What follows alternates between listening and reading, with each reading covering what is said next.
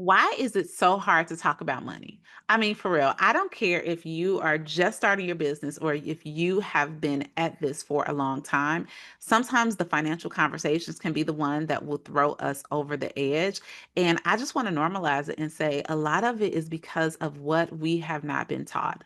And that is why I have invited my friend, real estate homie Matt Plumer, to the podcast today. Now, I'm just going to tell you that this was probably one of the most informative podcasts that I have ever done on Real Estate Bestie. And I learned a lot. And not only was I given information, but actually, I'm going to operate my money differently based on this conversation.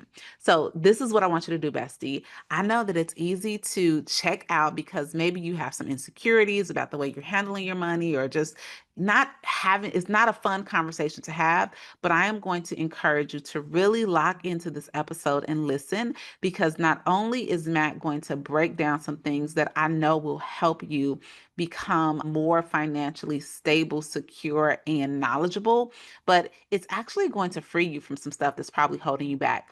So check out this episode and welcome my friend Matt Plumer. Hey Matt, welcome to the podcast. What's up, Rosemary? I can't wait to be a new bestie. Well, okay, so here's the thing. The guys, we call y'all the real estate homies. So you Okay. are officially a real estate homie since you are I on like bestie the better, but I'll take a homie. podcast. Well, Matt, I shared with the besties that I was first introduced to you when I was speaking at a conference for my girls, the Girls with Grit. And you came on the stage and bust my head open with something that I was familiar with, but it was like that prick, like Rosemary, you need to start handling your finances in this way, and it is the profit first model. And I know you have a lot to share with the besties, but before we pop into it, can you share with us like what even brought you to make this you so passionate about this work?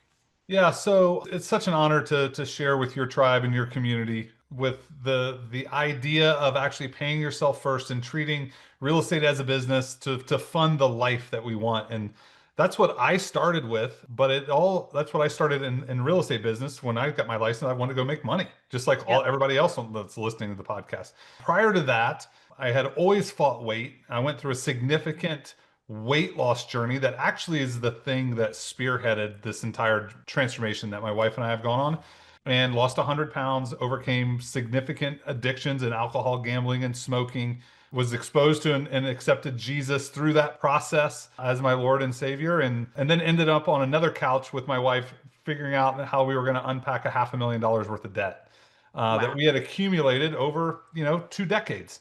And it just doesn't roll out of bed. You just don't roll out of bed and just, oh, we've got a $500,000 worth of debt, right? It's the decisions and choices.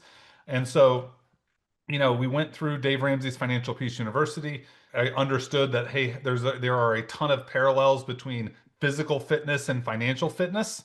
Mm-hmm. And so when we went to Nashville and did our debt-free scream 40 months later, I had actually just gotten my real estate license and I had just put my first deal under contract earlier that month. And so when I went back into the office, I was like, "Hey, what do you guys do with your business money?" So I interviewed you and other people in the office, people like you, right, that were selling tons of real estate, or maybe you were selling a couple of deals a year, right? What do you do? And I didn't hear invest in real estate, hire a coach, create a system, have this marketing platform. I heard pay last year's taxes and next month's car note. Mm. Mm. And I'm like, I just unpacked all of this. Before I go and become the world's greatest real estate agent, why don't I just stay in my lane and just actually help the people that are dead in front of me with the number one problem that agents have, which is the things that cause the most stress and anxiety that agents have is inconsistent income and financial disorganization. Yep. Yep. And so You I'm just like, why don't I just stay in that lane? Because it's what my heart is, helping someone in Reston, Virginia or Arlington, Virginia buy or sell another $1 million townhouse I'll take the money, but it didn't move the needle, right? yeah. And so, but when I walk Rosemary through a cash flow plan and setting up a few bank accounts and understanding how does she want to actually exit the treadmill, the transaction treadmill, I'm like, all right, my juices are, I'm on level 10 at this point. Let's go solve that problem instead of another agent trying to sell another townhouse. Okay, so you are like, can I be transparent with you? Like we Please. you the homie, I'm the bestie. We can talk. Having financial conversations is tough for a lot of us, right? Mhm. Even those of us that are making money. And we know income fluctuates, especially with market and things like this. But a lot of times we have not had the financial literacy. And I talk to agents often, and I was one of those agents that thought that my money problems or issues would be solved when I made more money, but Biggie had it right, more money, more problems. So without the education around it, it can feel like a lot. I remember when I was well into business before I hired a CPA and bookkeeper. And I mean, it just felt like I was naked in front of everyone. So I just want to say that I'm happy to have these conversations because I want the besties to do better than I did. And like, I'm a student, I'm here to learn. And Yeah. so much of what you're saying is what I see and experience as well, where it's more of a hustle, making money, not really seeing it as a business, and being on this never ending hamster wheel. So I just appreciate you pivoting so that you can help people like me. So I appreciate you, Matt. Yeah, you're welcome. And like, we all we want everybody to win. And we all see the stuff, back in the day we saw the plaques and the silicone trophies in the office, right? And now as we've transitioned into, more of a digital space, we see it on social media. But here's what I've understood after tens of thousands of conversations and coaching calls and hours of just pouring into this stuff over the past decade is that, you know, real estate agents just don't make as much as they think they make. Yep. We all spend more than we care to admit, which Yep. generally leaves us behind on taxes and or retirement. And so when that is true, it's going to force us to have to go sell another house. Yep. And so when we go through a financial transformation, we have to have awareness, decision, and intentionality. We have to understand, like, where are we today? What decision has to be made? Where do I need to be intentional? But then also, how do I want to get off this thing? Yep. Right? I Yep. mean, the best investors in the world, when they go invest in a real estate project or they go invest in the market or they go invest in capital funds or whatever it is, one of the very first things they're trying to figure out is how do I get out of this deal? Yep. Right? What's the exit strategy? What's the exit strategy? And Yep. no one that starts, whether it's a hobby or a side hustle or a stay-at-home mom or a corporate, executive that gets into real estate, whatever it is, no one walks into their market center or their office or their brokerage or their cloud or their sponsor or whatever it is and say, "Great, how do I get out of this thing?" Mm-hmm. And that's Mm-hmm. the thing that I wrote about in my ebook, How to Create Stress-Free Wealth, was the number one mistake that agents make is they don't know how or when to exit the transaction treadmill before they even get started. Wow. Wow. Okay. So talk to us. How do we do it? And what is the profit first model and what are the first Yeah. steps to get to it? So to start, like I want everyone that's listening to this is like, I understand where you are. It's okay to be where you are. It's not okay to stay there. Mm. And I want you to go out to the place where you're like, I can throw my phone in the ocean. I've shot enough videos. I've got enough people calling me. I don't have to shoot the TikTok. I can just chuck this thing in the Sea of Cortez or the Atlantic Ocean or wherever it is that I want to just go, and I don't have to worry about it. And and write down, ask yourself these very important questions, right? When we were moving from Reston, Virginia, Northern Virginia to where we live now in Las Vegas, it wasn't just like throw a dart at a board and say, "Hey, we want to live at Las Vegas." We understood like, what do we want? So ask Mm-hmm. yourself your questions like, what do you like about what you have today? And what do you want? And then what do you don't like about today, right? Yeah. We did not like traffic, weather, cold, rain, snow, congestion, like steel, concrete, horns, sirens, like 24/7 in Northern Virginia. Yeah. I, Yeah. I liked my friends. We had some nice golf courses. The weather wasn't very good, but when it was okay, it was fine. But like ultimately at the end of the day, like there wasn't much we liked. But what do we want?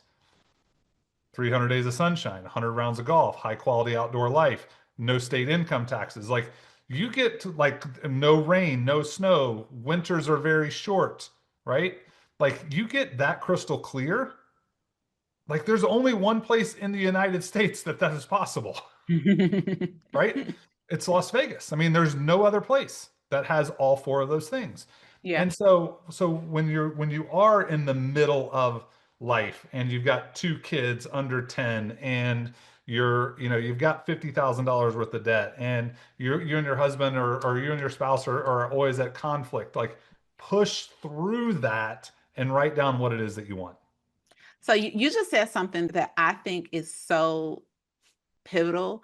And a lot of times we don't take the time to actually, first of all, even think about it and know or identify it. Most Mhm. of us don't even know what we want for dinner, right? Let Yeah. alone what we want out of life. Mhm. And I have a really good friend, Harold Knight, and he's like my life coach. He's my friend, but he always gets me together. And has said that all the time, like really identifying what you want, because so many of us are just working to the abyss, right? Or we are clear what we don't want, but not clear on what we do want so that we can do something about it. So you just spoke a whole word there.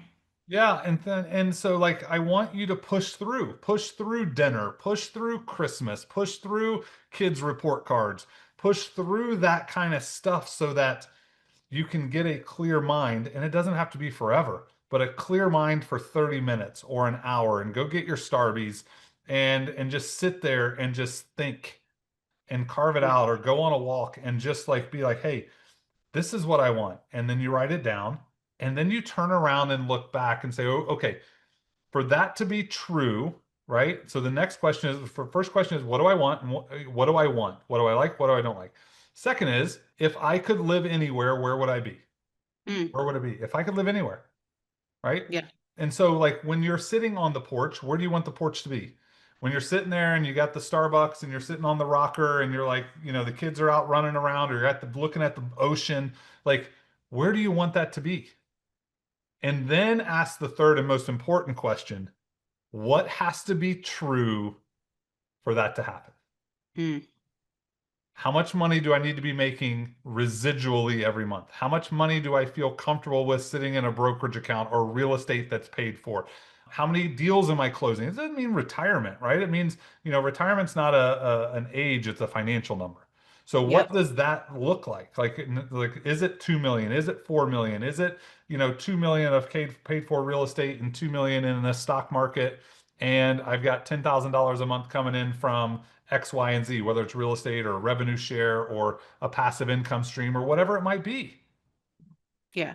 right? You just said something I don't want to skip past, because I mean, this is normal to you. So you just dropped a bomb that I know a lot of people don't think about. Retirement is not an age, it is a financial number. And Mhm. when I think about how many people I have a cousin who waited till, 65 to retire, and a year, not even a year later, like 2 days later, he was still working, right? Because you got to retirement age, but because he looked at it as an age and not a number, there was no preparation to actually get there. And yeah, that's huge. I hope you wrote that down, besties. It's not an age, it is a financial number. It's a financial number. And so now that we understand that Rosemary's target is 12 years from now, and this is what has to be true. We need 2 million here, we need 3 million here, and we need $20,000 a month coming in, whether or not you sell a house. Now we can actually start to do math, which is what I call the path of money, and Hmm. understand for that to be true, how much, and we work all the way back to 2026, how much do you need to actually go make to save and invest into a vehicle so that 12 years later, the thing that you need to be true is true? So let me ask you this, Matt, as we're on these questions, because something just pops up. I talk to women all the time. And what would you say from a mindset perspective? Somebody who can't even imagine a future like that, like Mhm. imagine that this is possible for them, whether it be from what they've seen, the way they've handled their finances, to what they believe is possible. I just think that there's some unpacking that we may have to do there for their versions of me that would have needed, before I lived the life that I'll get to live now. I would have been like, what are you talking about? Millions of that. Like what? So I just want you to back up a little bit for some Yeah. mindset work for the person struggling. And again, I want that person that may have $1,000 in the bank, right? The person that may be behind on medical or their student loan payments, right? Or the person that has, they have to have three deals that close next month so they can just make it to the next month, right? Yep. That person can't see $2 million in the bank, Yep. right? They can't. And that's why I always challenge them to get out of their environment, get out of the house, go Hmm. out and just start writing.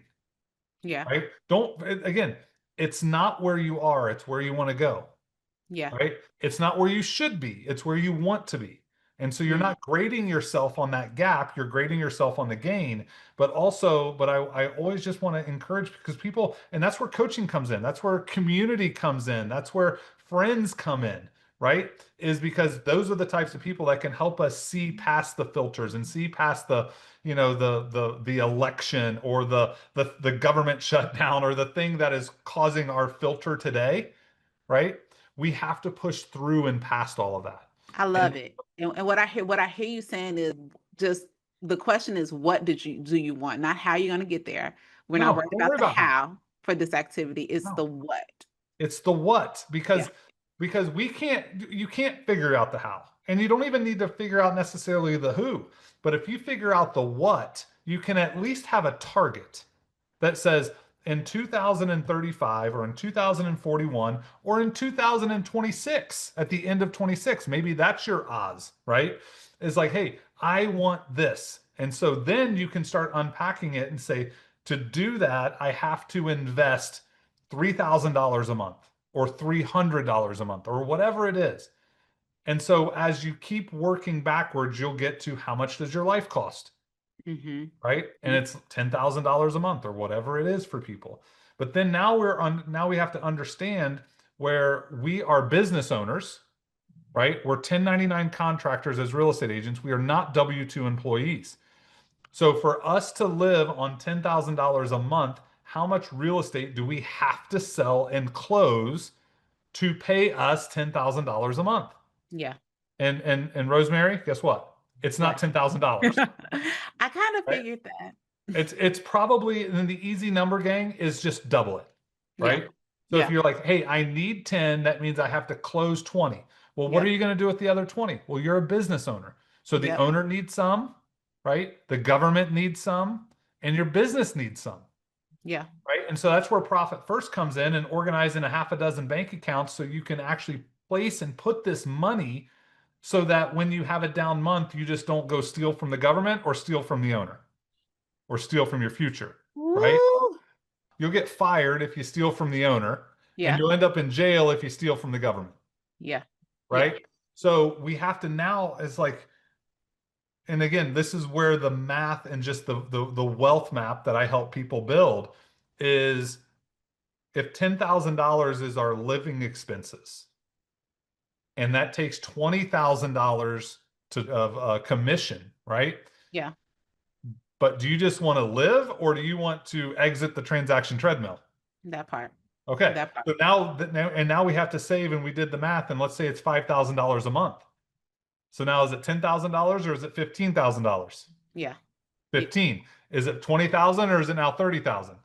Right? And so now you can get crystal clear. You're like, okay, I have to make $30,000. How many houses is that over the next decade or 2 decades or 6 years or whatever it is? So now when we get into goal setting season and we get to goal planning and you get into your daily tactics and actions, now you actually have a target that you can see. You still can't see $5 million in the brokerage account, Mm-hmm. but can you see 3 transactions a month? Yeah. Yeah. Yeah. Can you see 20 connects a day to get 3 transactions a month? Yeah. Absolutely. So now all we've brought $5 million all the way to right here Yeah. I love in it. I love it. less than an hour. Yeah. Yeah. I love it. So break down for us. You've started to sprinkle it in there, but what is the profit first model? So Profit First is a cash flow management system that takes your normal behavior and applies it to bank balance accounting. So for example, if you want to go buy something, what's the very first place that you look if you want to go buy something? My personal account. You look at the bank account, you look at a bank account and say, do I have the money to go buy whatever the thing is? Right? Mm-hmm. And so that's normal. So how do we make that normal in the world of business finances? Well, if you go and it's called Parkinson's law, if you have $10,000 commission check and that $10,000 check comes into an account and you look at that account, how much money do you have? Well, I think I have $10,000. Think you have $10,000. And so how much money in our brain, how much money are you going to go spend? You got 10,000 to spend. $10,000, right? Yeah. So who doesn't get paid, right? The government doesn't get paid. Your business doesn't get paid. Your profit and loss statement says you made $10,000. Maybe there's some expenses that come out and you make 9 grand. And then you do that over and over and over and over 30 times a year. And the CPA says, Rosemary, great year. You made 300 grand. Your net profit is $200,000. Congratulations. What a year. Mm-hmm. And then they say, since you had such a great year, you get to send the government a check for $60,000. And then where's the $60,000, Rosemary? Yeah, you're like, wait, that was my 300,000. I didn't realize that I had to give them that. Exactly. So now I need to work to So now pay you them got to go sell 60 three grand. times as much real estate to pay for 25 and 26 taxes, Yep. right? And are you ever going to learn the lesson? Hmm, Never. never. So we implement a system called Profit First, which is, hey, if we actually apply Parkinson's law, which means, hey, we are going to spend our time, our money, our energy into the space allowed, what would happen if we actually just lived off smaller amounts of money? Mm. So we said, hey, the owner needs to get paid. We're going to put that over here in this account. The operator got paid. Rosemary, you have a business, right? Yep. So who's the most important employee in your entire business?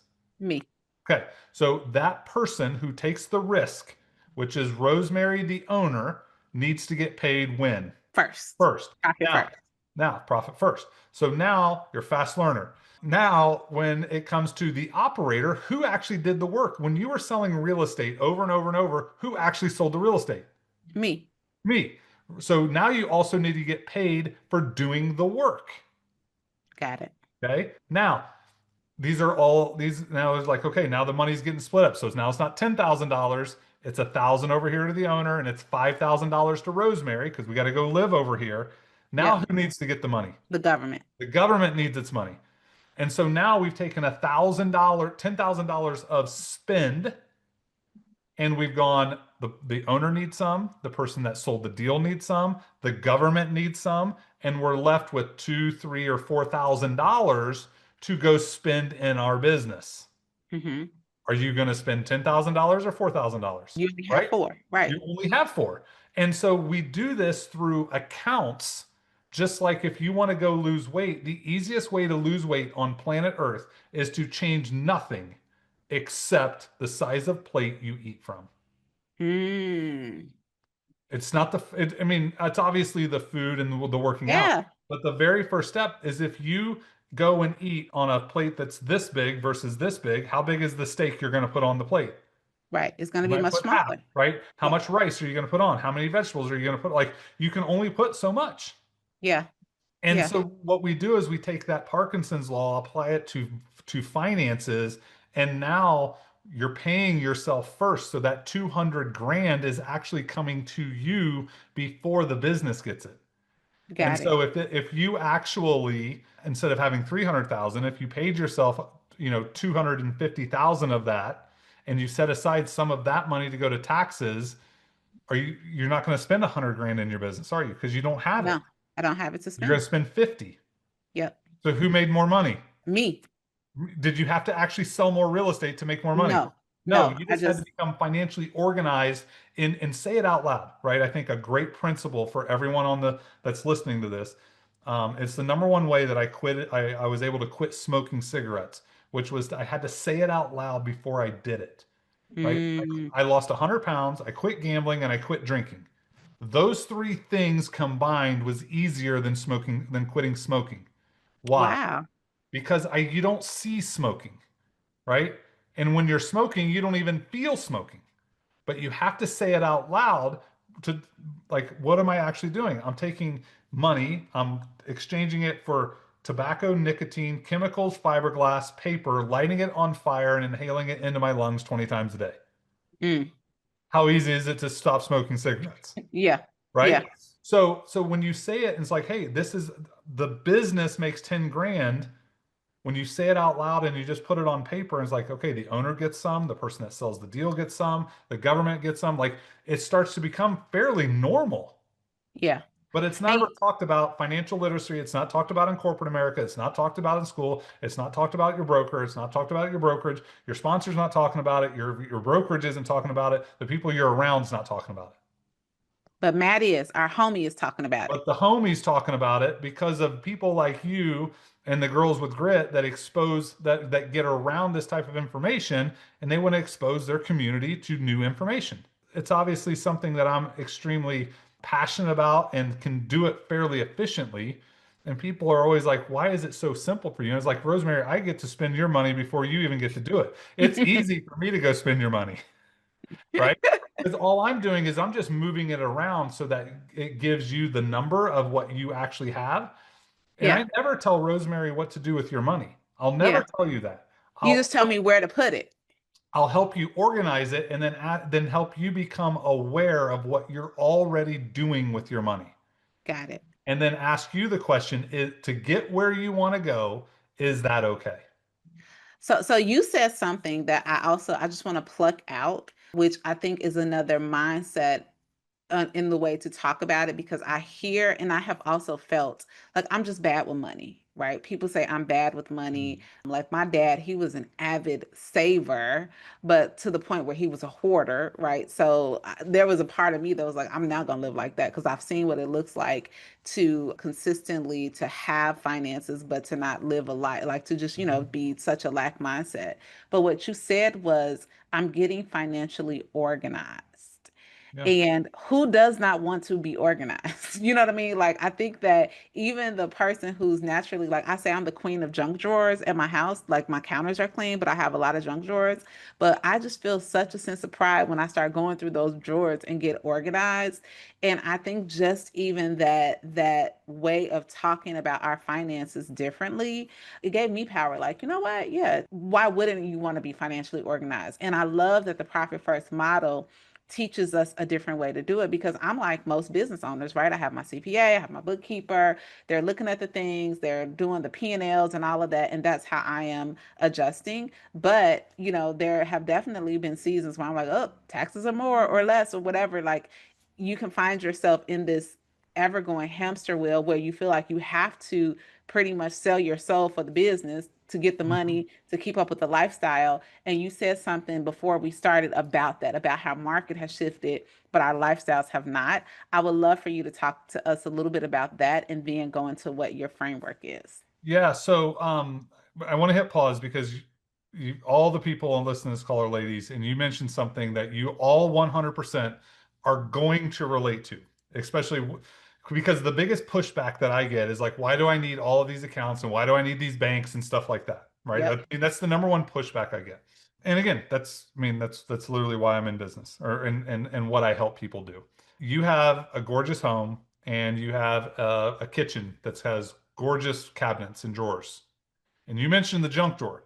And when you Hmm. open the junk drawer, how does it make you feel? Like, I want to close it. You want to close it. Yep. And what's in the junk drawer? All the stuff. It's a catch-all stuff. It's not a Yep. junk drawer, it's just a catch-all drawer, Yep. right? Now, do you also have cabinets like with your plates? I do. All right. Is that the same cabinet that has the cups? No, it is No. separate, Oh, why not? because I go one place for the plates and I go a different place for my cups. Okay, cool. Is the cups the same place where all the Tupperware and the Tupperware lids are? No, that's in a different place. That's in a different place. So, but is that place with all the forks, knives, and spoons? It is not. I It see is what you're not. doing here. So interesting. So you have this gorgeous 10, 1,000 square foot kitchen with cabinets that are pretty that go all the way to the ceiling with plates in this one and cups in this one and forks and knives in this one. So it sounds like you have a lot of bank accounts for your kitchen, but you don't have bank accounts for your business. Is that what I'm Mm. understanding? That is accurate, Matt. Interesting. So what would happen if you took that junk drawer of money and you organized it to the owner's money is like the plates and the pots and pans are like the owner's income, right? The profits over here and then the Tupperware, nobody cares about that, so that's the government's money. But then the other stuff is like okay, where all of the hub is where you spend out the day in and day out is where you spend all your money in and out. Like, Yeah. so imagine if like, same thing with your closet, right? So like say it out loud. Is like, is your closet that way? No, your closet's organized. It's colors like this and it's Yeah. shoes up here and purses over here. Our money should be no different. Yeah. So what are the accounts? So we have Yeah. the operating, well, the profit account. So the profit Yeah. account Yeah. is And again, we have some great resources for this, but like, so all the money comes into one account, right? That might even be the junk drawer, right? It all mhm, comes in, or it all gets sat on the kitchen island, right? That's where all of the deposits go. And then we have one account for profit, owner mhm. profit. We have another account for owner's pay. We have an Okay. account for taxes, and we have an account for expenses. And So so four accounts. so a total of five because you have the income account. So all the Oh, money comes the into income. Got it. income one, and then it goes profit, owner's pay, taxes, OPEX. And so Okay, so I those split it. five foundational accounts are where everyone should start, regardless of business, regardless if this is a side hustle, if this is part-time, regardless if you're a team agent, if you're a solo agent, you're a team leader, we've got to start with those five foundational accounts. Okay, let me tell you my original, like, not objection, but thing that I want to think through. What is my CPA going to say about, like, now am I going to need to pay them to bookkeep five accounts? Like, Yeah, what that's a does really that good look like? question. So two things. You have a bookkeeper and a CPA, two totally Yep. different people. They do two totally different things. One Yes. does accounting, one does tax preparation, potentially tax planning. Right. So I meant the So bookkeeper. I the meant my bookkeeper. but I want to answer your question because there are some people that don't have a bookkeeper, Okay. right? So your CPA truly, technically does not care how many accounts you have. The IRS does not care how many accounts you have. You could have one account for all the IRS cares. They just don't care. Does not Right. matter. You'd never have to list how many accounts you have and what the balance is on those accounts on your tax return. That's never part of the equation. The bookkeeping, the accounting praxis, which is like the bean counting of things, when you implement profit first, the number one thing I want you to do is I want you to call your bookkeeper or send them a message, say, hey, I'm going to implement profit first. I would love for you to read this book so Got they it. can understand it. First of all, they got to read the book. And if your bookkeeper who you're paying $1,000 to $4,000 a year for is not going to read a 180-page book that's going to help their practice, you may want a new bookkeeper. So that's number Got one. it. All right. Again, we're just looking through the lens with a different filter. If they're like, hey, I'll do it and I like it and I understand it, then they can do the account reconciliation through QuickBooks or through RE Profit or whatever method, Zero or whatever methodology they use very, very, very effectively and efficiently. Okay. Whether you Okay. have one account or five accounts doesn't necessarily change their methodology. They just might have to, click a few extra buttons every month or every week or every month or every quarter, Yeah. Because right? I imagine some of the accounts aren't transacting every month. There's Like, only one. There's only yeah, one that's transacting, which is the actual operation income, expense the account. operations. Okay. Got That's it. the only account that, the debit card gets processed, or you use a credit card and you use the OPEX card to pay the credit card. Got it. Right? Got it. So there's not it's more the money's just passing through, Got it. right? And Got so when you actually sat down at a brick and mortar place and you said, "Hey, I need six accounts or five accounts or six accounts," literally thought you were like laundering money, it. right? And so again, and we'll get to your other question about the market and the shift and all. So like I want to hit a little timeout, a little pause, a little asterisk. If you're in the process of buying a home hmm in the next 3 months, do not do this Okay. until after you close on the house. Got it. If you want to go buy a house in the next 6 to 12 months plus, do this ASAP. And then when you have to like show your documents, prepare your lender for what they're going to see because really they only need to see one thing: income and Yeah. expenses. That's all they care Yeah. about. But they're Yeah. also going to see on that income thing is like $10,000 $0, $20,000 $0. Like, so the Yes. balance may not be, so just let them know like the actual account that you only care about is this: how much came in, and the account that actually has the money in it that I spend out of. That's Okay. that's I just thought about something that gives me a that's the little. only that's the only two things that they will actually need. They'll need them all, but that's the only two that you should actually care about. Okay. I'm gonna just tell you something that, like, just made my heart flutter a little bit because it just occurred to me that if the income account, if I'm automatically splitting all the income, then that account is going to say zero. That like freaks me out, man. I mean, I'm from South Side of Chicago. I don't like to, I don't want to see any account with Yeah. the zero. Like, help, talk me through it, coach me through it, man. Yeah. So again, well, A, it was zero when the month started, Yeah, right? And 20,000 just came in. All you're doing with that money is nothing ever happens to the money except it yeah. just gets organized. It just goes to the places that it needs to go to, Okay, is I'm right? organizing the Because money. it's just like we don't spend it, it just goes to a different place. So actually, so when we open up your gorgeous dashboard from Relay Financial and you see your 6 accounts, that account balance, here's the beauty, and this is why Relay is great. You know what the largest number on the entire Relay dashboard is? What? The balance of all of the accounts combined. Yeah, yeah. So all you have to do is just look at that and be like, okay, I'm good, You good? Okay, right? okay. However, Whew. when we go buy things, we only look at the operation expense account, Got it. right? When you hire your coach or you want to buy the airline ticket or you want to pay for the event ticket or you want to buy a new mic for your podcast, like whatever it is, that's the amount, that's the number we look at. Okay. I Okay? want to start this, man. I'm not gonna lie and tell you I'm not I mean, if nervous there was about it. only a person that was like specialized in helping real estate agents and entrepreneurs set up the accounts, like if that person, there was Yeah. only that person ever existed on If planet he Earth. only was here, I wonder. Oh Yeah, wait, I he's a don't know. homie. Anyway, maybe if you would listen to a podcast and you might be introduced to him. Um, but I think a big challenge, and again, this is real talk. This is this is not Matt trying to make things more dramatic. This is real talk. Real estate agents are challenged right now. They Yeah. are there's a lot of people. I mean, I have conversations every single day with people who sell tens of millions of dollars worth of real estate and they are challenged. And here's the reason why. I think it's always important to talk about why. And then people, and again, when people ask me when I lost 100 pounds, Rosemary, and you see people on social media lose weight, what's the first question you ask them? How'd you do it? How'd you do it? Yep. How I did you think do the it? most important question is how did you get there? Yep. So I want not to help people go from the struggle to we set up 6 bank accounts and everything was magically better, right? Let's talk about why people are challenged and why they're struggling. Most people that are on this podcast or listening in real estate have been selling real estate for 5 to 10 years, Mm-hmm. right? And so if we go back 10 years, 2015, 16, 17, 18, 19, and 19, like at the end of the day, how simple was it to sell real estate in 15 through 19? Yeah. I mean, it was way more affordable. It It just was looked way more affordable. Everybody could buy a house. Interest rates were under 4 to 5%. Sometimes they even got in the threes.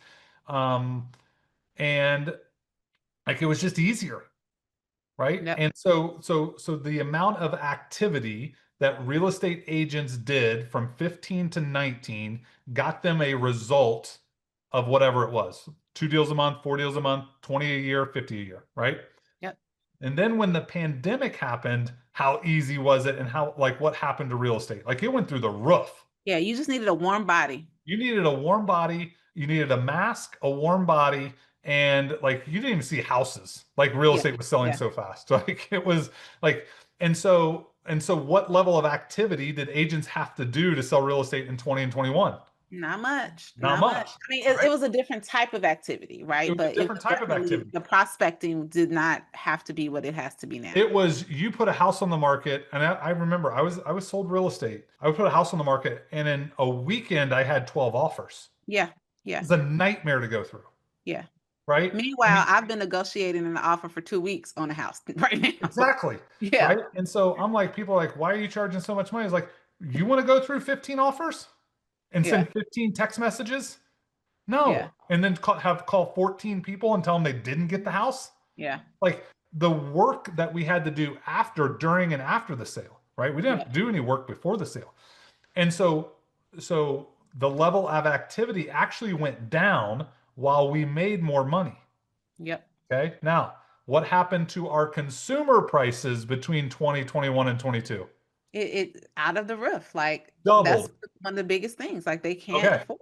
And then what happened in 22, 23, and 24 to the real estate market? Slow down. Interest rates went up. Interest rates went up. Real estate went down 20%, Yep. 25%, 30%, 40%. So now, and then did the activity go up and double and triple to match consumer prices? Nope. Nope. So we have real estate agents, and again, I'm not calling anyone out. I'm just stating a very broad brush here. So don't come at me in the comments and like the hate that Matt says we don't work. It's a general broad statement that real estate agents are doing 18, 19, 20, 21 activity, expecting 20 and 21 results, while consumer prices are twice as much and we're selling half as many houses. Yeah. Yeah. That's why we're in the challenge that we're in today. Yep. And that's Yep. why when real estate agents come to me, they're like, hey, I don't know when my next deal is. I got $50,000 worth of debt, and it's because of X, Y, and Z. And it's because they did not adjust activity levels to match what was required to go make the amount of money that they had built their lifestyle on. Yep. And Yep. so now when we start with setting up the accounts, and we also have to look at how much we're spending on groceries, there's friction. It'll be like, hey, how does this work? And I was like, just trust me, you need this. So when you close a deal, we drag $1 over instead of $100. Yep. Yep. And, No, and then it's I and then love it. it's just a long climb back. Right. Right. It makes so much sense. And I love the way that you're breaking it down and just helping the mindset around it without putting shame. Like this is just data and understanding where we are, how we got here, both based on our effort and market conditions. But the thing is, and you said it from the beginning, we just don't want to stay here. Yeah. You Yeah. can't stay here. You can't You, stay you here. you just you can't stay and you know, you just can't stay there. Like, I mean, just because, I mean, how old are your kids? My kids are 25 and 14. Okay, so 20 years, 25 years ago, when they went to the bathroom in their diaper, they just hung out in the diaper because it was warm and it was theirs. Yeah.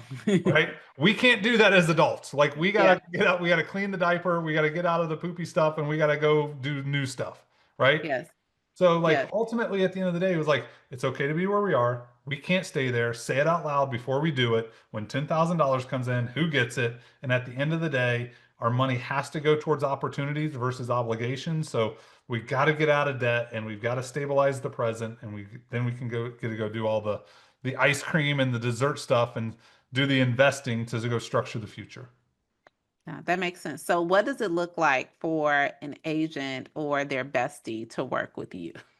There's so I've created a nice place and safe. Like that's the thing I pride myself the most on, is like it's a safe community, right? Hmm. Whether it's a one-on-one conversation or a coaching relationship or inside of the wealth department. But we have a few different ways. We have a community. It's called the wealth department, where it's group coaching, where I coach, and then there's a place for Q&A, and there's hot seats, and I get to show my data, right? I mean, again, it's just data. It's just a bank account with ones and Yep. zeros on it, right? Yep. So when you come in there, I show you, it's like, hey, this is what we're doing with $25,000 this month. This, and this. And then everybody, regardless of where people are, I think that's the number one thing that people have to understand, is that, I have a business, Rosemary has a business, right? We both make money. We may or may not have debt. We may or may not have savings. We may or may not have investing. She just has different zeros and commas than I do. That's it. Yeah. That's the only Yeah. difference. And I think the number one thing why people don't want to coach or be exposed or be exposed to a group or a one-on-one coaching environment is they don't think that other people have the same problem as them. Well, I Hmm. will tell every single listener, majority of y'all haven't filed taxes, or had a year where you didn't file taxes, or have credit card debt, or have a car loan, or got a car repoed, or have a spouse that you don't have a conversation with around money. Like it's just the same. It's just different ones and different zeros and different commas. So that's my like, it's okay. Everybody's got the same stuff. I do have quarterly challenges that people can and sign up for. It's a 3-day live coaching experience to like date and have a conversation and be a part and be in the room, right? Okay. So it's a really cool 3-day coaching experience. I have one-on-one coaching, and I also have a group coaching model as well. Now, let me ask you this. Is there a certain level, and this is just a question that I know may come up because this is the way I used to think. Is there a certain level of income that I should be at before I reach out to Matt or apply something like Profit First into my life and business? No, I mean it. Here's the beauty. Money has no idea what you do. It Yep. doesn't know the color of your skin. It doesn't know how much you have. It doesn't know what you've done in the past. It's just money. Yep. And so if you're a brand new agent, and again, whether you're a brand new agent or you've been selling for 20 years and you've got $10 million in the bank, you still need a path of money. You still Yep. need an organization system.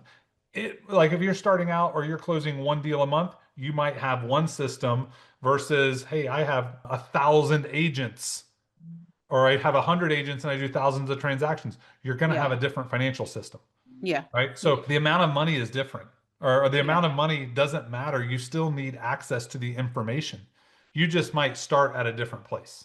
Yeah, and I love that, and I wanted to bring that up because a lot of times, just in different scenarios, I speak to besties that think, "Oh, I will start doing this in my business once it hits this level." And I'm just thinking, just the way that you're breaking down these finances, like, Lord, oh Lord, I wish that this would have been On like day before one. I could, yeah, before I could learn some of the habits that I now have Sure. to unlearn. If this would have been the way that I operated the business and the finances, then maybe it wouldn't give me the heebie-jeebies like it does. And it's crazy because again, I came into this thinking like the biggest problem is making money. Now it's like, well, that's just, one thing. That's And not your even biggest problem anymore. yeah, And like I look back in the software that I use, I show people, they're like, wow, like it looks so complicated. And I was like, I start out every time I walk you through it, I go back to 2019 or 2018 when I was selling my very first deal, or 17, whatever it was, 17 or 18.